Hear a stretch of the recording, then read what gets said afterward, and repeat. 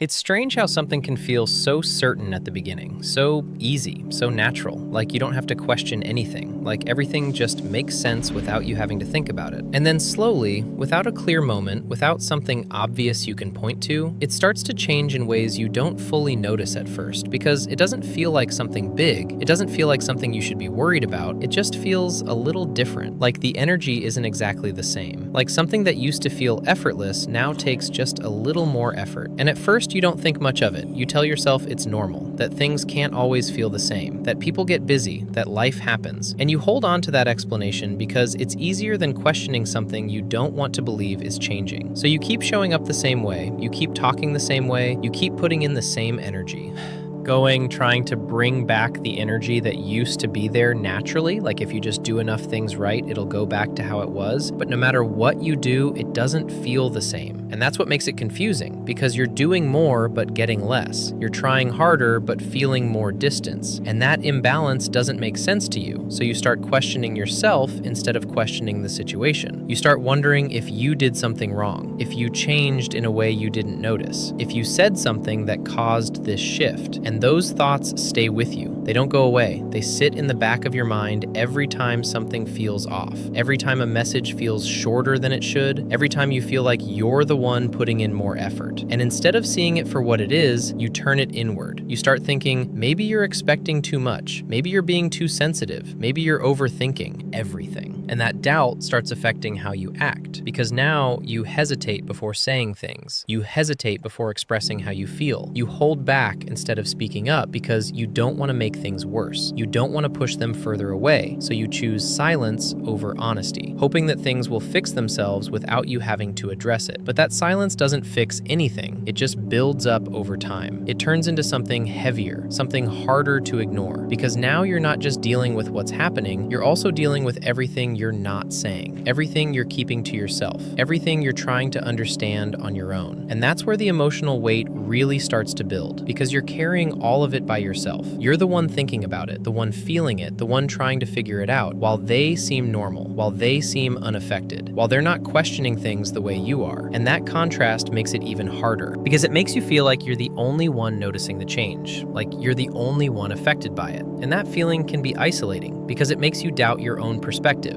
It makes you wonder if maybe you're imagining things, if maybe you're creating a problem that isn't really there. And that thought is easier to accept than the idea that something real is changing in a way you can't control. So you hold on to it. You convince yourself that it's just in your head, that everything is fine, that you just need to relax and not think so much. But no matter how much you try to convince yourself of that, the feeling doesn't go away. It just comes back in different ways. In moments where you notice the lack of effort, in moments where you feel the difference in energy, in moments where something that used to feel natural now feels forced. And that's when it becomes harder to ignore, because it's not just one thing, it's a pattern, something that keeps repeating in ways that are hard to dismiss. And the more you see it, the more it affects you, because now you're not just reacting to what's happening, you're anticipating it. You're expecting things to feel off before they even happen. And that changes how you experience everything, because now, instead of enjoying the moment, you're analyzing it. Instead of feeling present, you're thinking about what it means. And that kind of constant awareness is exhausting, because it doesn't let you relax. It doesn't let you feel secure. It keeps you in a state where everything feels uncertain. Everything feels like it could change at any moment. And that uncertainty is what slowly wears you down, because it makes you question everything. Not just them, but yourself, your worth, your place in their life, whether you matter the same way you used to, whether you're enough the way you are. And those thoughts can be heavy, because they make you look at yourself differently. They make you doubt things you never doubted before. And that's where you start losing parts of yourself without realizing it. Because instead of asking why the situation feels wrong, you start asking what's wrong with you. Instead of questioning the change, you start questioning your reaction to it. And that shift is subtle but important, because it changes how you deal with everything. It makes you adjust instead of confront. It makes you accept instead of question. And over time, that adjustment becomes your new normal. Something you get used to even though it doesn't feel right. Something you accept because you don't want to face the alternative. And that's what keeps you there. Not just the situation itself, but your willingness to stay in it even when it's not giving you what you need. Because leaving would mean accepting that something is over. over, that something isn't what you thought it was. And that's a reality you're not ready to face yet. So instead, you stay in that in-between space, where things aren't good, but they're not completely gone either, where you're still holding on even though you can feel it slipping away. And that's one of the hardest places to be, because it keeps you stuck in a cycle where nothing really changes, but everything feels different. And the longer you stay there, the heavier it becomes, until you reach a point where you can't ignore it anymore, where the feeling becomes too strong to push aside, where you start realizing that this isn't just a phase, this isn't just something temporary, this is something that's been building for a while, something that's slowly turning into something you can't pretend isn't happening anymore. And that realization is what changes everything, even if you're not ready to act on it yet. At some point, the feeling stops being something you can ignore and starts becoming something you notice in everything. Not all at once, not in a way that hits you suddenly, but in a way that slowly becomes part of how you experience every interaction, like something in the background that you can't turn off anymore. And the more you notice it, the harder it becomes to pretend that nothing is wrong, because now it's not just a thought, it's a pattern. It's something that keeps showing up in ways that feel too consistent to be random. And that's when the confusion starts turning into something heavier, because now you're not just wondering if something is off, you're starting to believe that it is, even if you don't fully understand what it is yet. And that belief changes how you react to everything. Because instead of going into conversations without thinking, you start going into them with awareness, with a quiet expectation that something might feel different again. And that expectation makes it harder to just be present, because now part of your mind is always paying attention, always analyzing, always looking for signs that confirm what you're starting to feel. And the more you look, the more you find. Not necessarily because things are getting worse, but because you're finally seeing what's been there for a while. Things you didn't fully notice before. Things you brushed off because they didn't seem important at the time. Like how they don't ask about your day the same way, how they don't seem as interested in what you're saying, how conversations don't go as deep as they used to. And those changes might seem small on their own, but together they create a difference that's hard to ignore. A difference that makes everything feel slightly disconnected, like you're talking but not really being heard, like you're there but not really being seen the same way. And that feeling starts to affect you in ways you didn't expect, because it's not just about them anymore. It's about how this change makes you feel about yourself, about your place in their life, about whether you matter the same way you used to. And that's where the self-doubt starts creeping in. Not in an obvious way, but in small thoughts that build over time. Thoughts like, maybe you're asking for too much. Maybe you're expecting something unrealistic. Maybe this is just how things are supposed to be after a while. And those thoughts can be convincing, because they give you a reason to stay. They give you a way to explain what you're feeling without having to face the possibility that something might actually be wrong. So you hold on to them. You let them shape how you see the situation. And instead of questioning what's happening, you start questioning yourself. You start wondering if you're the problem, if you're the one overthinking everything, if you're the one making something out of nothing. And that shift is subtle but important, because it changes how you deal with everything. It makes you less likely to speak up, less likely to express how you feel, less likely to confront the situation, because you don't trust your own perception anymore. You don't trust that what you're feeling is valid. So you keep it to yourself, you push it down, you tell yourself it's not worth bringing up, that it's better to just let things be. But the problem is, letting things be doesn't make the feeling go away. It just keeps it inside. It keeps it building. It turns it into something heavier over time, because every time you notice something and choose not to address it, it adds to that weight. It adds to that quiet frustration that you don't fully express but still feel. And eventually, that frustration starts to show up in other ways, in how you think, in how you react, in how you feel even when you're not talking to them. Because now it's not just about individual moments, it's about the overall feeling that something isn't right, something isn't balanced, something isn't giving you what you need. And even if you don't fully admit that to yourself yet, you can feel it. You can feel the difference between what it used to be and what it is now. And that difference is what makes everything harder, because it gives you something to compare it to. It reminds you of how it felt before, how easy it used to be, how natural it used to feel. And that memory keeps you holding on. It keeps you hoping that maybe things can go back to that if you just give it more time, if you just try a little harder, but at the same time, the present reality is showing you something else, something that doesn't match that memory, something that feels distant, inconsistent. And that contradiction is what keeps you stuck, because you don't know which one to believe, the past that felt real or the present that feels different. And that uncertainty is exhausting, because it doesn't give you a clear direction. It doesn't tell you what to do. It just leaves you in that in-between space where you're constantly trying to figure things out without having enough clarity to make a decision. And the longer you stay in that space, the harder it becomes to get out of it, because it becomes your new normal, something you get used to even though it doesn't feel right, something you accept because you don't want to face the alternative. And that's what makes it so difficult, because it's not just about what's happening, it's about your willingness to stay in it even when it's not giving you what you need. And that willingness doesn't come from weakness, it comes from care. It comes from not wanting to lose something that once meant a lot to you. It comes from holding on to the idea that maybe it can still work, even when everything is slowly showing you that it might not. And when that feeling settles in enough that you can't ignore it anymore, your first instinct isn't to let go, it's to fix it, because that's what makes sense to you. If something feels off, you try to understand it. If something is slipping, you try to hold on to it tighter. So instead of stepping back, you lean in. You start trying more without even realizing how much you're changing your behavior. You start replying faster, putting more thought into what you say, trying to keep conversations interesting, trying to bring back the energy that used to be there naturally. Like if you just do enough things right, if you just show enough effort, things will shift back into place. And at first it feels like the right thing to do. It feels like you're being patient, like you're giving it a chance, like you're doing what you're supposed to do when you care about something. But the more you try, the more you start noticing that it's not really changing anything. Because no matter how much you give, the response doesn't feel the same. The energy doesn't match. And that's where the imbalance starts becoming harder to ignore. Because now it's not just something you feel, it's something you can see. You can see how much you're putting in compared to what you're getting back. You can see how often you're the one initiating, how often you're the one keeping things going. And that realization doesn't feel good. It feels frustrating in a quiet way. Because it doesn't come with anger, right? A way, it comes with confusion, with the question of why. Why does it feel like you're the only one trying this hard? Why does it feel like something that used to be mutual now feels one-sided? And that question stays with you. It follows you through every interaction, every moment where you feel the difference. And instead of stepping back, you try to close that gap even more. Because you think maybe if you just do a little more, if you just give a little more, things will balance out again. But they don't. They stay the same. And that's when the effort starts turning into something heavier, something that doesn't feel natural anymore, something that feels like work. And that's a strange feeling, because something that once felt easy now feels like something you have to maintain, something you have to think about, something you have to put energy into just to keep it from fading further. And that's not something you expected. It's not something you wanted, but it's something you find yourself doing anyway, because you don't want to lose it. You don't want to be the one who lets it fall apart. So you keep going, you keep trying, even when it starts to feel draining, even when it starts to feel like you're putting in more than you're getting back. And that's where the internal conflict really starts to build, because part of you knows that something isn't right, that this isn't how it's supposed to feel, but another part of you keeps pushing that thought aside, keeps telling you to be patient, to not give up, to keep trying a little longer. And those two sides don't agree. They pull you in different directions, one telling you to step back, the other telling you to hold on tighter. And that back and forth becomes exhausting, because it keeps you stuck in a cycle where you're constantly trying to decide what to do without ever fully committing to either option. And while you're in that cycle, something else starts happening that you might not notice right away. You start changing how you see yourself, because when your effort isn't being matched, when your energy isn't being returned the same way, it's hard not to take that personally. Even if you tell yourself not to, even if you try to separate yourself from it, it still affects you. It still makes you question things, like whether you're enough, whether you're doing something wrong, whether there's something about you that's causing this shift. And those thoughts can be dangerous, because they turn the focus away from the situation and onto you. They make you feel like you need to fix something about yourself, instead of recognizing that maybe the situation itself isn't balanced anymore. And that shift in perspective is what keeps you trying longer than you should. Because instead of stepping back and asking why things feel one-sided, you start asking what you can do to make it feel equal again. And that question leads you to give more, to try more, to adjust more. And the more you adjust,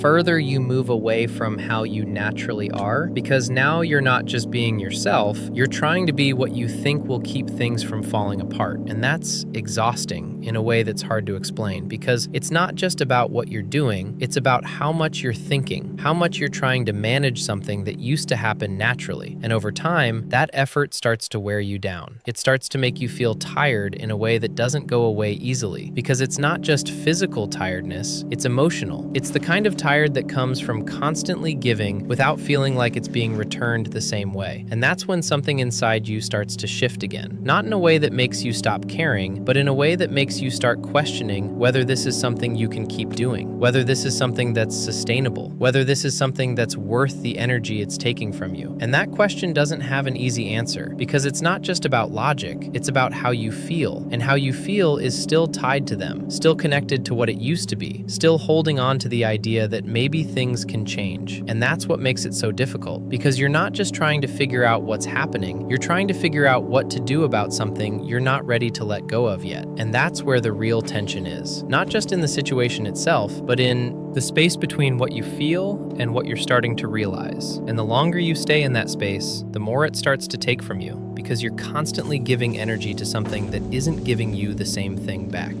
And at some point, whether you're ready for it or not, that imbalance becomes something you can't ignore anymore. Something that forces you to start seeing things for what they are, not just what you hoped they would be. And after a while, all that effort you've been putting in, all that thinking, all that adjusting, it starts catching up to you in a way you didn't expect. Because at first, you don't notice how much it's taking out of you. You just keep going, you keep trying, you keep showing up the same way. But slowly, it starts feeling heavier, like something that used to come naturally now feels like something you have to push yourself to do. And that shift is hard to accept, because it doesn't match how you feel about them. You still care, you still want it to work, you still feel connected in a way that makes you want to keep trying. But at the same time, you can feel how tired you're becoming, how much energy it's taking just to maintain something that used to exist without effort. And that's where the emotional exhaustion really starts. Not all at once, but gradually, through small moments where you notice you don't have the same energy to keep conversations going, where you hesitate before reaching out, where you feel a kind of weight when you think about interacting. Not because you don't want to, but because you already know how it's going to feel. You already know it's not going to be the same. And that anticipation makes it harder, because it takes away the ease that used to be there. It turns something that once felt comforting into something that feels uncertain. And that uncertainty is draining in a way that's hard to explain, because it's not just about what's happening, it's about how much you're thinking about it, how much you're trying to manage your expectations, how much you're trying to stay okay with something that doesn't feel okay. And that constant effort starts to wear you down. It starts to show up in how you feel even outside of the situation. In moments where you're alone, where you catch yourself overthinking things you can't control, replaying conversations, analyzing tone, wondering if you said the wrong thing, or if you should have said more or less. And those thoughts don't just stay in one place. They follow you. They become part of your day without you even realizing it. And that's when it starts affecting you more deeply. Because now it's not just something you deal with when you're talking to them, it's something that stays with you even when you're not. It becomes part of how you think, part of how you feel, part of how you see yourself. And that's where the self-blame starts becoming stronger. Because when something feels this draining, when something feels this off, it's hard not to look for a reason. And when you don't have a clear answer, you start creating one. You start thinking maybe it's something you did, maybe it's something about you, maybe you're too much or not enough in some way. And those thoughts can be convincing, because they give you a sense of control. They make it feel like if you just change something about yourself,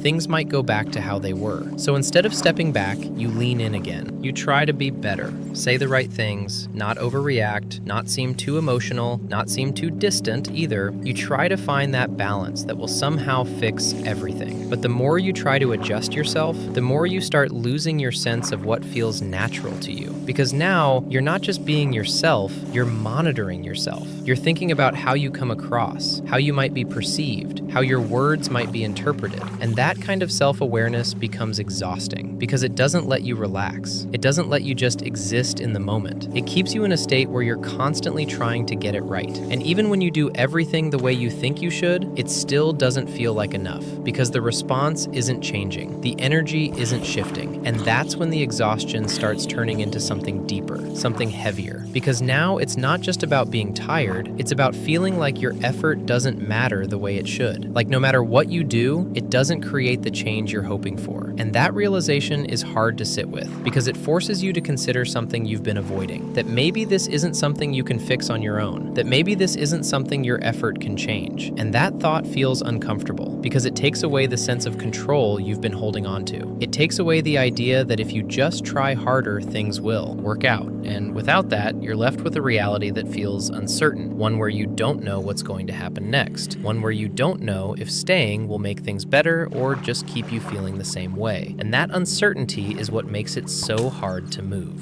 forward. Because even though you can feel how drained you are, even though you can feel how much this is taking from you, you're still not ready to let go. You're still holding on to the idea that maybe things can change. Maybe things can go back. Maybe this is just temporary. And that hope, even if it's small, is enough to keep you there. Enough to make you stay in something that isn't giving you what you need. Because letting go would mean accepting that it's not what you thought it was anymore. And that's a reality you're not fully ready to face yet. So instead, you stay in that space where you're both aware and unwilling to act on that awareness. Where you can feel the exhaustion, but still choose to push through it. Where you know something isn't right, but still hope it might fix itself. And that's where the real emotional weight builds. Not just from what's happening, but from the conflict between what you feel and what you're starting to understand. And the longer that conflict stays unresolved, the heavier it becomes, until eventually it reaches a point where something inside you starts to break. Not in a dramatic way, not all at once, but slowly, in the way you feel, in the way you think, in the way you start questioning whether this is something you can keep holding on to without losing yourself in the process. And eventually, even if you've been trying to push through it, even if you've been convincing yourself to keep going, to be patient, to not overreact, there comes a point where you can't ignore how you feel anymore. Not because you suddenly stop caring, but because the weight of everything you've been holding in becomes too much to carry the same way. And it doesn't happen all at once. It doesn't come as some dramatic moment where everything becomes clear instantly. It builds slowly, through all the times you stayed quiet when you wanted to say something, through all the moments you felt something was off but chose to ignore it, through all the effort you kept giving without feeling it come back the same way, until one day it just feels different, like something inside you has shifted, like you don't have the same energy to keep doing this anymore, like you're tired in a way that goes beyond just being frustrated. It's deeper than that. It's the kind of tired that comes from giving too much for too long without feeling secure in return. And that tiredness changes how you respond, because now when something feels off, you don't have the same instinct to fix it immediately. You don't have the same urge to overanalyze or to adjust yourself to make things better. Instead, there's a pause, a moment where you just sit with it, where you feel it without rushing to do something about it. And that pause might seem small, but it's important, because it's different from how you've been. Reacting, it's the first sign that something inside you is starting to step back,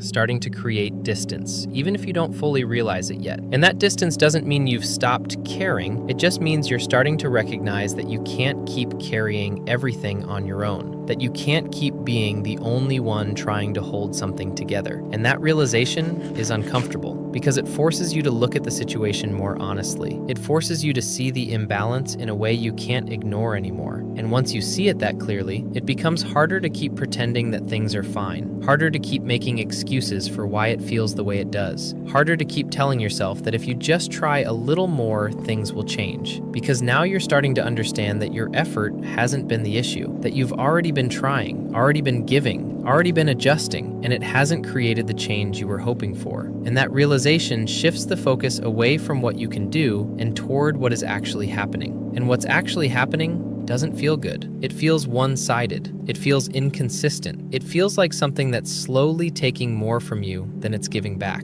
And that's where the real conflict starts. Because even though you can see that, even though you can feel it clearly, you're still not ready to let go. You're still attached to what it was, to what it could be, to the idea that maybe this isn't the end of it. And that attachment makes everything harder, because it keeps you in a space where you know something isn't right, but you're not ready to walk away from it either. And that's one of the most difficult places to be, because it feels like you're stuck between two realities. One where you stay and keep feeling the same way, and one where you leave and have to face the loss of something you cared about. And neither option feels easy. Neither option feels like something you're ready for. So you stay where you are, even though it's uncomfortable, even though it's draining, because at least it's familiar. At least it doesn't require you to fully let go yet. And that's where the real emotional weight builds. Not just from what's happening, but from the fact that you're aware of it and still choosing to stay. And that awareness creates a different kind of pressure, because now every time something feels off, every time you notice the imbalance, every time you feel that same tiredness come back, you're reminded that you're still in it, that you're still allowing it to affect you. And that realization can be frustrating, because it makes you feel like you should be doing something about it, like you should be making a decision, like you shouldn't still be here feeling this way. And that frustration starts turning inward. It starts making you question why you haven't left yet, why you're still holding on, why you're still hoping for something. That hasn't been happening. And those questions don't have easy answers because they're tied to how you feel, to the connection you still have, to the memories you haven't let go of. And that's what makes it so complicated because it's not just about logic. It's about emotion. It's about attachment. It's about everything you've experienced that still holds meaning to you. And that's why letting go isn't something you can just decide to do instantly. It's something that happens gradually through moments like this, where you start realizing your limits, where you start recognizing that you can't keep doing the same thing without it affecting you, where you start feeling the need to protect yourself in ways you didn't before.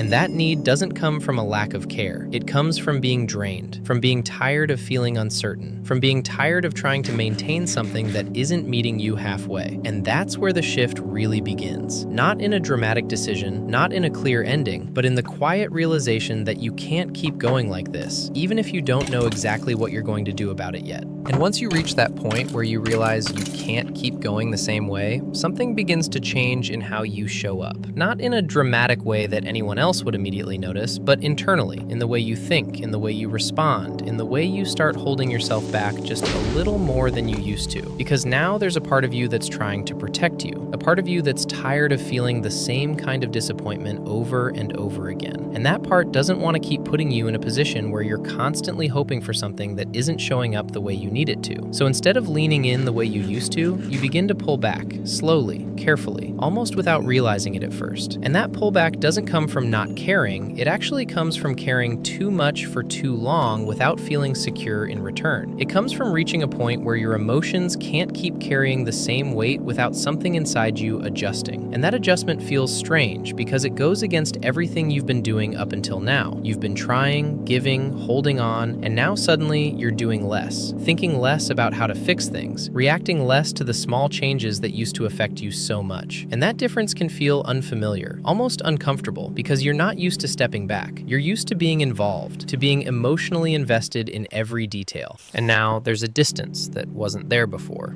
Not a complete detachment, but enough to notice that something is shifting, enough to feel that you're not as deeply pulled into everything the same way. And that shift doesn't happen all at once. It comes in moments, like when you don't feel the same urgency to reply immediately, when you don't feel the need to keep a conversation going if it naturally fades, when you notice something feels off, but instead of overanalyzing it, you just let it be. And those moments might seem small, but they represent something bigger.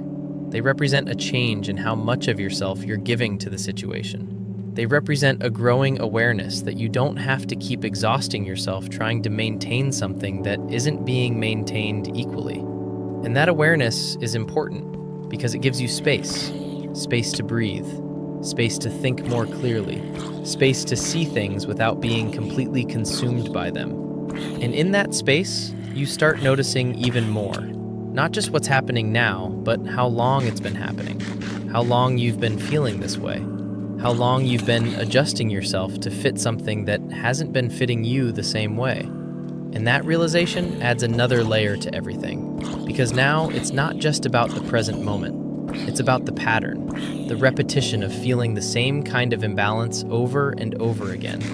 And once you see that pattern clearly, it becomes harder to ignore it, harder to dismiss it as something temporary, because it's been consistent. It's been showing up in ways that are too familiar to overlook. And that's when the emotional detachment starts becoming more intentional. Not in a way where you're forcing yourself to stop caring, but in a way where you're choosing not to invest as deeply in something that hasn't been giving you the same level of certainty. And that choice doesn't come easily. It comes with hesitation, with moments where you question whether you're doing the right thing, with moments where you feel the urge to go back to how you were before, to try again, to put in more effort, to not give up. And sometimes you might even give in to that urge. Sometimes you might go back to trying the way you used to, hoping that maybe this time something will change. But when it doesn't, when things stay the same, it reinforces what you've been starting to realize. It reminds you why you began pulling back in the first place. And that reinforcement makes it easier, little by little, to continue creating that distance. Even if it still feels unfamiliar, even if it still feels like something you're not fully comfortable with yet, because you're not used to choosing losing yourself in this way. You're not used to prioritizing your own emotional well-being over maintaining a connection, especially one that still means something to you. And that's what makes this stage so complicated, because you're not just dealing with the situation itself, you're also dealing with the shift in how you see yourself within it. You're learning how to step back without feeling like you're doing something wrong. You're learning how to not overextend yourself without feeling guilty. You're learning how to let things be without trying to control the outcome. And those lessons don't come naturally at first. They come through experience, through moments where you choose not to react the way you used to, through moments where you allow yourself to feel the discomfort of not trying to fix everything. And that discomfort can be difficult because it feels like you're doing less, like you're not fighting for something you once cared deeply about. But in reality, what you're doing is creating balance. You're no longer putting all the effort on your side. You're allowing things to show themselves as they are without constantly trying to influence them. And that shift is what eventually leads to clarity. Because when you stop forcing things, when you stop trying to control how everything unfolds, you begin to see it more honestly, more objectively, without the layer of effort that was covering the reality before. And that clarity can be both freeing and painful at the same time, because it shows you things you didn't want to fully accept. It shows you how the connection has changed, how the energy has shifted, how the effort hasn't been the same. And even though part of you might still wish it was different, another part of you is starting to accept it for what it is, not because you want to, but because you can't ignore it anymore.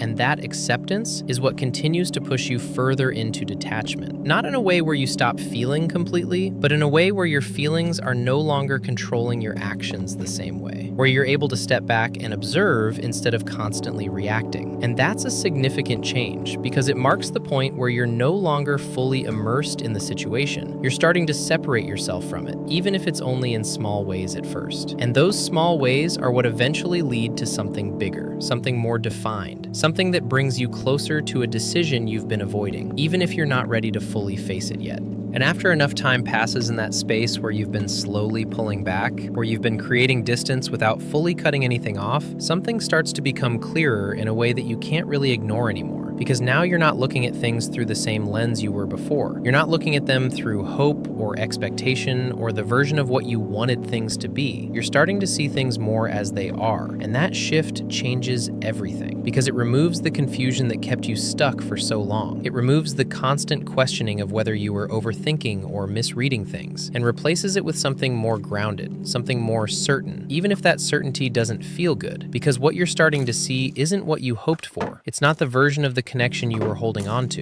It's the reality of what it has become. And that reality doesn't come with one big moment. It comes through small realizations that build on each other, like noticing that the effort hasn't been consistent for a while, noticing that the way you've been feeling hasn't been temporary, noticing that the imbalance you kept trying to ignore has actually been there the entire time. And those realizations start forming a clearer picture, one where things begin to make more sense, not in a comforting way, but in a way that removes the uncertainty, in a way that answers the questions you kept asking yourself without needing anyone else to say anything. And that clarity can feel heavy because it confirms something you didn't want to fully accept before. It confirms that this isn't just a phase, that this isn't something that's going to fix itself if you just wait long enough. It confirms that what you've been feeling has been valid, that the discomfort, the exhaustion, the imbalance, all of it was real. And that realization comes with a mix of emotions. Because on one hand, there's a sense of relief in finally understanding what's been happening, in no longer feeling like you're imagining things. But on the other hand, there's a kind of sadness that comes with it, because now you can't go back to not knowing. You can't go back to believing that things are going to return to how they were, because you've seen too much, you've understood too much. And that understanding changes how you feel moving forward. Because now when something happens, you don't interpret it the same way. You don't give it the same benefit of the doubt. You don't automatically assume it's temporary. You see it for what it is. And that makes it harder to stay emotionally invested the same way. Not because you don't care, but because your expectations have shifted. Your perspective has shifted. And with that shift comes a different kind of emotional response. One that's less reactive, less hopeful, more grounded in reality. And that grounding is what starts creating a deeper level of detachment. Because you're no longer holding on to something that isn't there in the same way. You're no longer trying to force meaning into something that has already shown you what it is.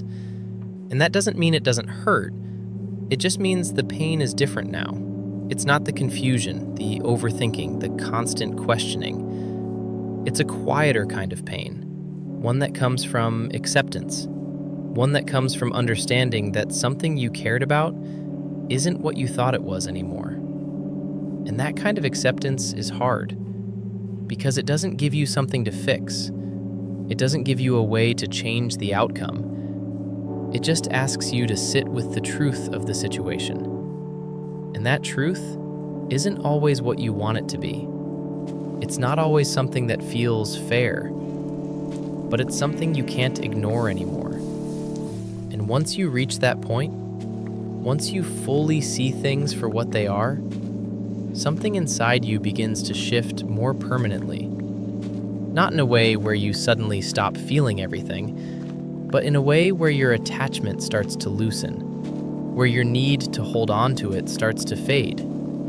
Because you understand now that holding on isn't going to bring it back, that trying harder isn't going to change what has already been happening.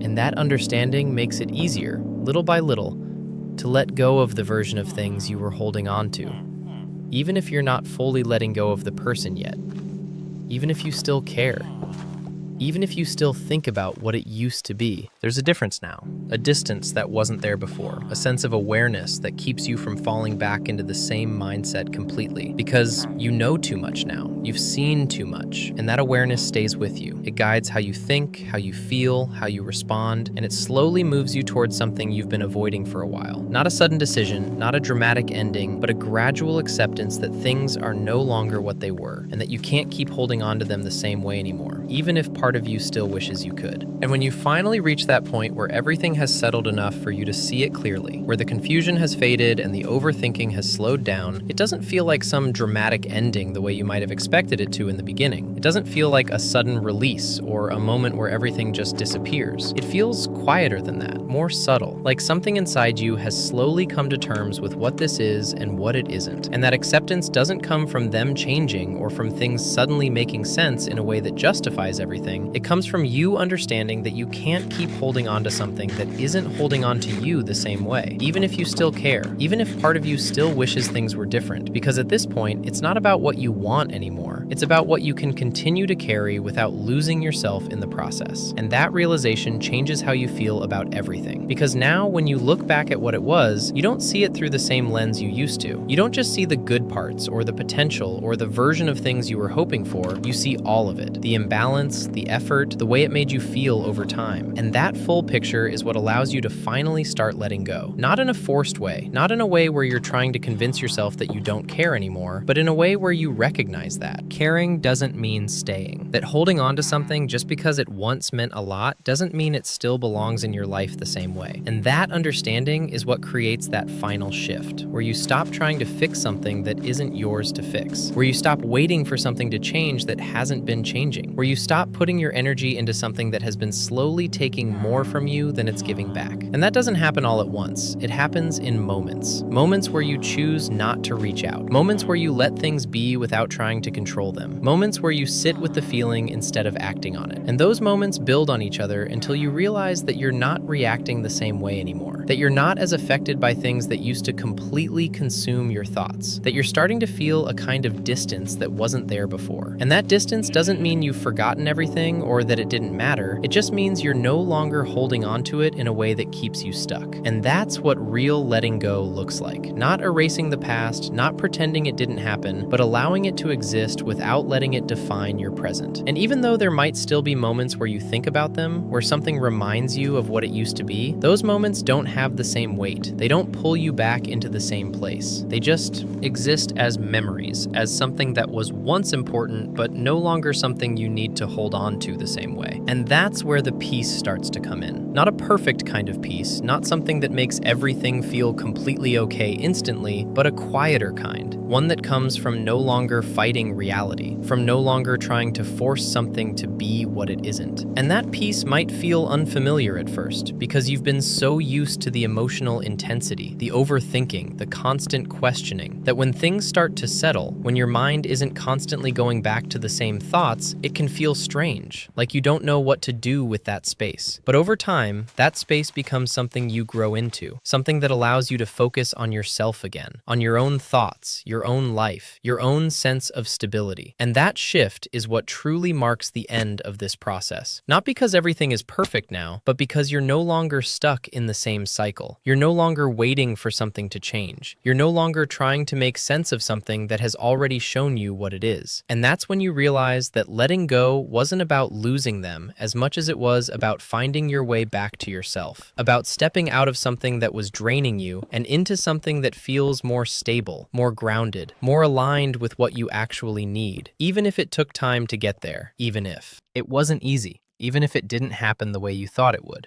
And that realization is what stays with you, not as something that hurts, but as something that teaches you, something that changes how you see things moving forward, something that reminds you that you don't have to hold on to something just because it once meant everything to you, especially when it no longer gives you what you need. And that's how you finally move forward. Not by forgetting, not by forcing yourself to feel differently, but by accepting what is and choosing yourself in a way you might not have before.